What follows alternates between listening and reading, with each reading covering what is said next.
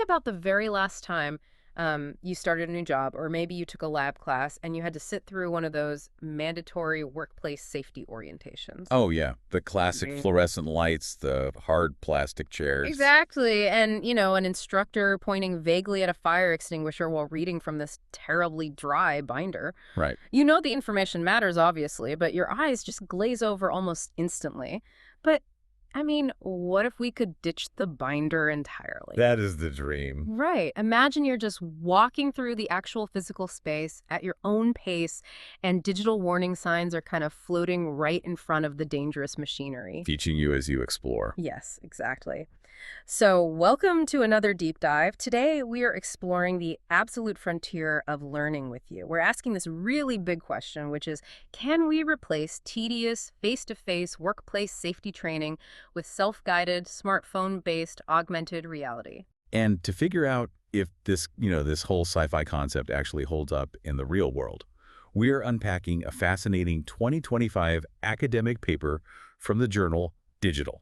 Yeah, the title is a bit of a mouthful. It really is. It's titled Workplace Safety Training, Using Visual Simultaneous Localization and Mapping-Based Mobile Augmented Reality. Wow. Yeah, I know. But the contents are incredible.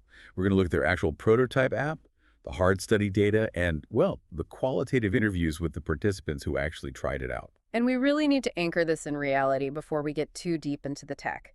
Because, while safety training feels like a bureaucratic checkbox most of the time, the stakes are genuinely staggering. They really are. Looking at the data from our sources today, in the European Union alone, the year 2022 saw 2.97 million non-fatal workplace accidents. Wow. Yeah, and those are just the ones requiring at least 4 days of sick leave. And tragically, there were 3,289 fatal accidents. So we are talking about literal life or death knowledge here. We are. Yeah. And that high-stakes reality creates this massive bottleneck, especially in higher education and technical environments. Right. The source material looks specifically at an environmental engineering laboratory, they call it a technicum, where constantly rotating groups of students need to use the workshop to build experimental facilities. And you definitely can't let a student just figure out a buzzsaw by trial and error. No, definitely not. Every single one of those students has to be trained before they even touch a tool. Yeah. So the expert instructors just end up buried. Yeah, they spend a huge chunk of their working hours giving the exact same repetitive face-to-face safety tours just over and over again to these small groups. Exactly. Okay, let's unpack this for a second. Repetitive face-to-face safety training easily becomes kind of like a flight attendant's pre-flight safety demonstration. Oh, that is a great analogy. Right, like your life might completely depend on it, but because it is delivered in the exact same rote manner every single time, everyone just tunes it out. Yeah, the person giving the presentation and the people watching it are all just going through the motions. Exactly. And the human brain is notoriously efficient at filtering out highly predictable stimuli. Yeah. So the researchers wanted to find a technological solution to basically break that apathy. To kind of wake them up. Right. The goal was to relieve the instructor's workload while forcing the students into a much more active learning posture. So enter the A-Tour app. Right, yeah. This is the prototype augmented reality app the researchers built, and it's running on an Asus Zenfone AR smartphone. Right. Now, the underlying tech powering this is VSLAM, which stands for Visual Simultaneous Localization and Mapping. Right. And anyone who follows AR knows VSLAM is crucial because, while you cannot rely on GPS to map an indoor concrete workshop, it just won't work. Oh, not at all. GPS inside a heavy building is basically useless. Yeah. So VSLAM uses an RGBD camera, which captures color and depth, to pull visual data and build this point cloud map of the room in real time. Which fundamentally changes how you interact with the space, right? Totally. The smartphone compares its live camera feed to that 3D map to calculate its exact location and orientation, what they call its pose, literally down to the centimeter. That's wild. And for an educational setting, the really brilliant part is that it is entirely markerless. Oh, thank goodness. So no need to plaster the expensive machinery with those ugly, peeling QR codes. Exactly. I mean, older AR systems forced you to walk up to a machine, physically scan a barcode, and then wait for the app to load the relevant data. Super clunky. Right. But with VSLAM, the phone inherently knows it is standing exactly, say, 0.97 meters away from the crosscut saw purely by recognizing the spatial geometry of the machine and the room itself. Okay, so let's step inside the virtual tour with you and see what the user actually experiences. So you fire up the app, and it places you on a predetermined path using these digital on-screen arrows. Right, kind of guiding you along. Yeah, and there are four main stations in this prototype. There's how to borrow tools, general and info on permanent devices, a box column drill, and a crosscut saw. All the heavy hitters. Right. So when you arrive at the crosscut saw, you hold up the phone, you see the real physical saw in the room, but superimposed directly over it on your screen are these augmented reality warning signs just floating in 3D space. And it creates this forced engagement loop, which is really clever. The app features a green eye-shaped cursor right in the center of the screen. Okay. You have to physically move your phone to aim that cursor at the hovering signs to select them. So, for example, if you aim at a yellow triangle sign depicting an injured hand, a multiple-choice question pops up, asking what the sign warns about. Oh, so you can't just passively walk past it. No, you have to actively select warning of risks of cuts to actually proceed with the tour. And to make sure it really sticks, you hit a randomized 3-question quiz at the very end. And if you pass the quiz, the app generates a certificate clearing you for workshop use. Exactly. But, okay, here's where it gets really interesting, but also where I kind of find myself pushing back a bit. Oh, really? Yeah. How so? Well, the entire thing sounds like a gamified scavenger hunt. Like, you follow arrows, you aim a cursor, you click floating icons, and then you beat the final boss quiz. Are people actually absorbing the gravity of workplace safety, or are they just, playing a video game? See, that is a great point, and the researchers anticipated that exact skepticism.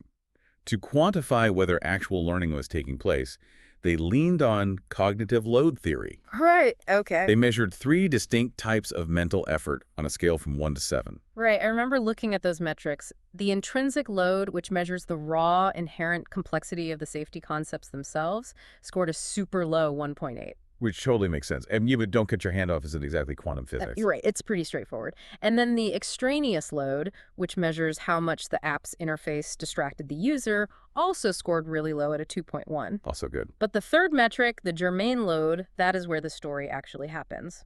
Oh, absolutely. Germane load is basically the golden metric in cognitive science. It measures the deep, productive mental effort where your brain is actively building schemas and integrating new information into long-term memory. The good kind of brain strain. Exactly. And that scored a very high 5.1 out of 7. So a high germane load coupled with a low extraneous load basically means the gamified interface didn't distract them. It actually funneled their focus. Yes. They spent their mental energy processing the safety content instead of fighting a clunky UI. From a purely theoretical standpoint, this is the exact profile you want for a learning tool. Yeah. The physical interaction of aiming the camera and the spatial memory of literally walking around the machine forces the brain to encode the information much more robustly than just passively reading a binder. But cognitive load scores only really tell us what's happening inside this idealized, data-driven vacuum. Sure. Because when you hand a warm smartphone to real people, the messy human element completely takes over. Oh, it always does. Right. So the researchers tested this on 12 actual participants. This was students and staff ranging from 26 to 56 years old. And the post-tour interviews present a fascinating contradiction to those perfect metrics. Yeah, it's quite the contrast. I mean, the initial surface-level feedback from those interviews was highly positive. Right. The perceived knowledge of the participants jumped from a 4.6 out of 10 before the tour to a 6.8 afterward. That's a solid jump. It is. And the system usability scale, or SUS, came in at a solid 77.1 out of 100, which is fantastic for an early prototype. Definitely. Motivation was high at 5.8 out of 7. Participants loved the autonomy of learning at their own pace without feeling, rushed by an instructor hovering over them. But, and this is a big but, the researchers published the negative feedback too, and honestly, it completely subverts that high germane load score. It really does. Several users openly confessed that the AR visualization actually distracted them from the core content. Yeah, the shiny objects caught in the way. Exactly. They admitted to just ticking off the tasks to finish the tour without deeply reading the explanatory text on the screen. Right. So what does this all mean for you and me? We are essentially building a high-tech 3D version of the I agree to the terms and conditions button. Oh, that is painfully accurate. Right. Like everyone knows you just scroll to the bottom as fast as you can and click accept. Yeah. If users are treating safety training like an annoying software update, the medium isn't solving the apathy problem at all. And that behavior really highlights a fundamental limitation in how we design for augmented reality. You cannot just take a paragraph from a traditional textbook and slap it onto a hovering digital sign. No, it doesn't translate. Not at all. AR is a spatial kinetic medium, forcing users to stop and read blocks of text while holding a phone in a 3D environment creates immense friction. They want to interact and move. They don't want to read. Think about your own habits, right? Hmm. Like if you download a new app and it forces you to read 3 pages of tutorial text, you skip it. Oh, instantly. Skip, skip, skip. Every time. You want to poke around and figure it out by doing. And the friction in this study wasn't just behavioral either. The hardware literally couldn't handle the physical reality of the workshop. Yeah, the tech hit a wall. Capturing 3D depth, running simultaneous localization, and rendering graphics in real time requires massive processing power. Massive. The Asus Zenfone AR devices got physically warm to the touch, and after a certain period, the phones just overheated and completely stopped working. Which is wild. You cannot deploy an enterprise safety tool if there is a hard 20-minute time limit before the phone basically melts in your hands. No, you definitely can't. Right. Like if a new employee needs 2 hours to learn the workshop, the tech fails entirely. Right. And then there were the accessibility oversights. Right, the UI issues. Yeah, the confirmed ticks were just way too small, and the color scheme lacked contrast. A participant with red-green color blindness specifically noted they couldn't distinguish the digital warning signs from the physical machinery behind them. And that's a huge deal. If a safety warning blends into the background for a portion of the population, it ceases to be a safety tool entirely. Absolutely. It basically becomes a liability. But the most profound critique from the participants had nothing to do with processing power or color palettes. Right. 10 different participants pointed out the glaring absence of practical physical demonstration. Yeah, because an app can pop up a little text box telling you to wear safety goggles, but it cannot physically simulate the resistance you are going to feel when pulling down that box column drill. Exactly. It can't show you the precise angle your wrists need to be at to safely feed wood into the crosscut saw. And 5 participants also highlighted the lack of personalized feedback. Right. A human instructor watching a student work can instantly say, hey, your hair's too long, tie it back before you lean over that spinning blade. Whereas an AR app has zero contextual awareness of the user. Yeah. It doesn't know if your shoelaces are untied or if your sleeves are loose or if you're holding the tool completely backward. Yeah. It only broadcasts static information. Which perfectly illustrates the trade-off we are making here. AR is brilliant at standardizing information delivery. Very true. It ensures every single user gets the exact same baseline knowledge, eliminating the variability of an instructor who might be, tired or just rushing through the tour on a Friday afternoon. Right. Everyone gets the same baseline. But it fundamentally lacks the situational awareness to provide bespoke, real-time corrections. But the researchers didn't just, throw their hands up at these flaws. They used the feedback to map out the evolution of the technology. Yeah, they leaned into it. They really did. And the participants had incredibly practical suggestions. They wanted an overhead mini-map on the screen showing all the active digital objects so they wouldn't get completely disoriented navigating the physical workshop. Which is so smart. It is. And they requested a built-in wiki, allowing them to search for specific tool instructions weeks later without having to literally retake the whole tour. And to solve the lack of physical demonstration, they suggested embedding actual videos of human operators performing the correct movement sequences directly in the AR space. Right. Show, don't tell. Exactly. Overlaying a video of the correct technique right onto the machine you were standing in front of completely bypasses the friction of reading text. It's a brilliant pivot. But here is the brutal reality of tech development that hit this specific study. Oh, man. Yeah. This entire prototype was built on the Google Tango platform. And Google completely discontinued Tango. They just shut it down. Yep. Google Tango required highly specialized hardware like the depth sensors on that specific Asus phone. Right. The industry broadly pivoted toward software-based AR that can just run on standard smartphone cameras, which left platforms like Tango totally obsolete. It's like the researchers built this beautiful cutting-edge house, optimized the layout, and then woke up to find the city tearing up the entire foundation. There's exactly what happened. They now have to port the entire project over to Google's successor, AirCore.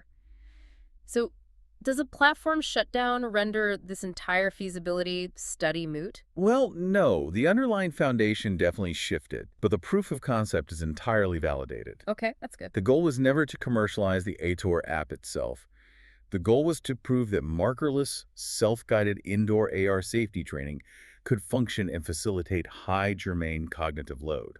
And the data proves it actually can.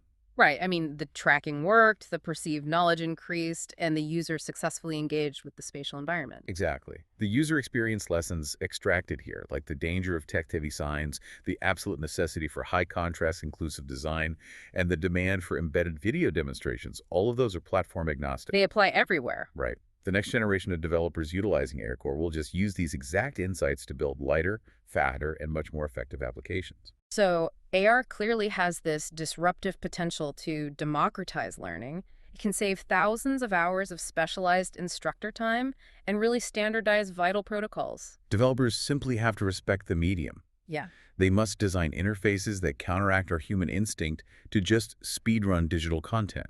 And they must prioritize hardware efficiency to prevent that thermal throttling in real-world scenarios. So the next time you find yourself learning a complex new system or, sitting through a mandatory training, pay attention to the medium delivering the message. Absolutely. Think about how interacting physically with your environment, walking around a machine and spatially identifying hazards, changes the way your brain encodes that memory compared to just passively reading a screen. Engaging the spatial and kinetic centers of the brain fundamentally deepens the neural pathways associated with learning. It really does. And we want to leave you with one final, slightly provocative thought to mull over today. Okay, let's hear it. Right now, this AR tech uses spatial mapping to project static, predetermined warnings to keep us safe. But if these cameras and depth sensors can map our physical environments down to the centimeter, what happens in 5 or 10 years?